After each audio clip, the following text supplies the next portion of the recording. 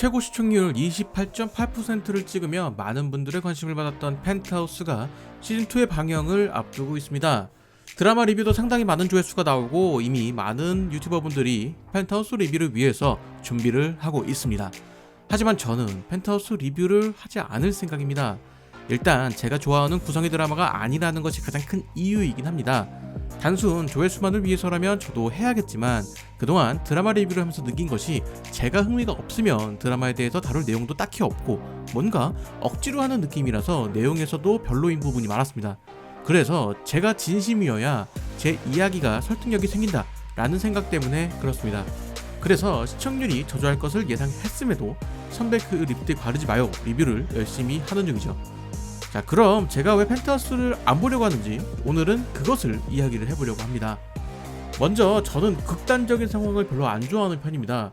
세상 모든 사람들은 착한 사람과 나쁜 사람으로 나눌 수 없고 상황에 따라 둘 다가 될 수도 있다 라는 생각을 하고 있기 때문에 이 드라마에서 나오는 극단적인 상황들은 제가 받아들이기에는 조금 버겁다는 생각이 듭니다. 물론 드라마를 보다 보면 감정선과 관련해서 설명이 가능한 부분도 있고 나름의 서사가 존재하기도 하지만 그 선택이 조금 극단적이라는 것이 저에게는 조금 부담스럽게 느껴집니다. 그렇다고 아예 못 보는 수준은 아닌데 편안한 마음으로 보기에는 조금 무리가 있다는 것이죠. 영화와 달리 오랜 기간 봐야 하는 드라마의 특성상 이런 감정이 유지되는 것이 저에게는 그리 유쾌한 일이 아니라서 조금 꺼리게 되었습니다.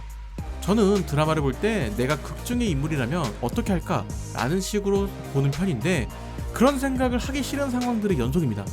즉, 드라마를 집중해서 보기가 어렵다는 것입니다.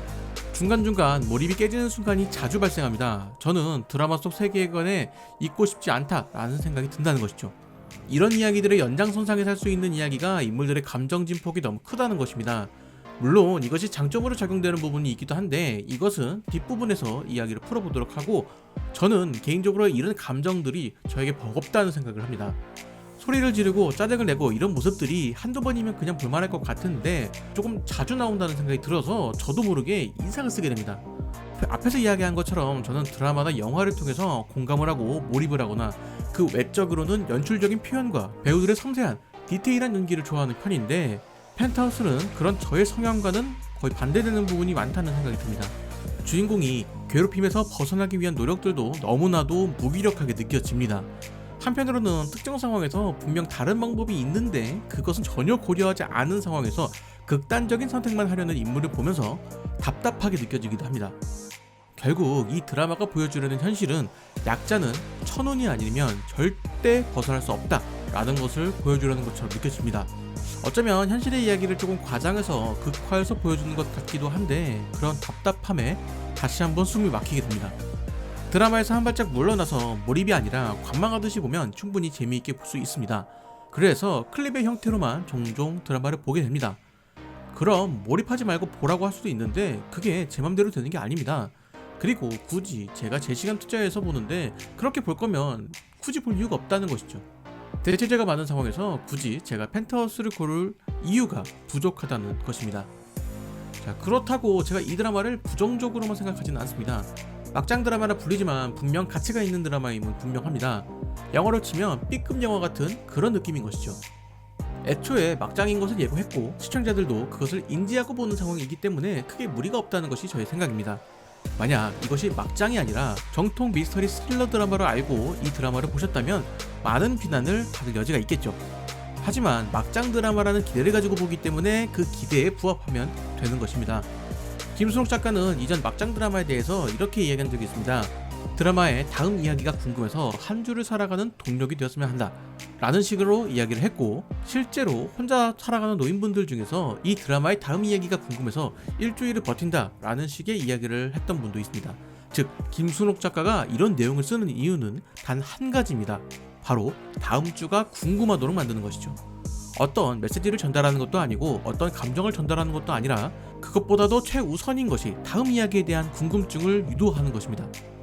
그런 목적을 알고 드라마를 생각해보면 그 목적을 충분히 이뤄낸 드라마라고 볼 수 있는 것이죠. 한편으로는 이런 드라마의 등장으로 다양한 장르의 작품이 나올 수 있다는 것입니다. 누군가는 질적으로 떨어진다고 볼 수도 있으나 저는 다른 장르의 탄생이라고 생각을 합니다. 넷플릭스도 처음 등장할 때는 영화계에서 많은 비판을 받았습니다. 마찬가지로 시간이 지나고 많은 사람들의 관심이 유지가 된다면 하나의 장르로 굳어질 것입니다. 그리고 이런 막장 드라마의 가장 큰 장점이 있습니다. 바로 배우들의 연기입니다. 배우가 아무리 연기를 잘하더라도 작품의 상황이 뒷받침되지 않는다면 배우의 감정을 끌어내지 못할 것입니다. 펜트하우스의 명장면인 김수현 배우의 광기 어린 피아노 장면, 일반적인 장르 드라마에서 이런 연기를 볼 수 있을까요? 즉, 드라마가 이런 극적인 상황을 만들어서 배우들의 연기를 극한으로 끌어올린다는 것이죠.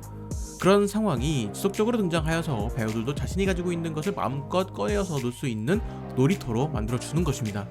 그렇기에 펜트하우스는 배우들이 더욱 돋보이는 드라마가 될 수 있다는 것입니다. 개인적으로도 배우들의 연기가 펜트하우스 인기에 상당히 많은 부분을 차지하고 있다고 생각을 합니다.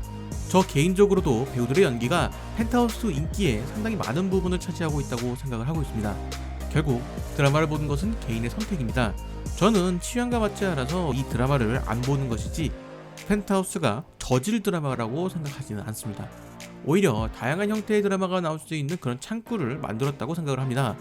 공중파에서 방영된 드라마가 시즌3를 이미 확정지어서 12부작의 형태로 방영한다는 것 자체가 이미 변화를 보여주고 있다는 것이죠. 여러분들이 생각하는 펜트하우스는 어떤 모습인가요? 댓글을 통해서 이야기를 해주셨으면 좋겠습니다. 저는 다른 영상으로 돌아오도록 하겠습니다.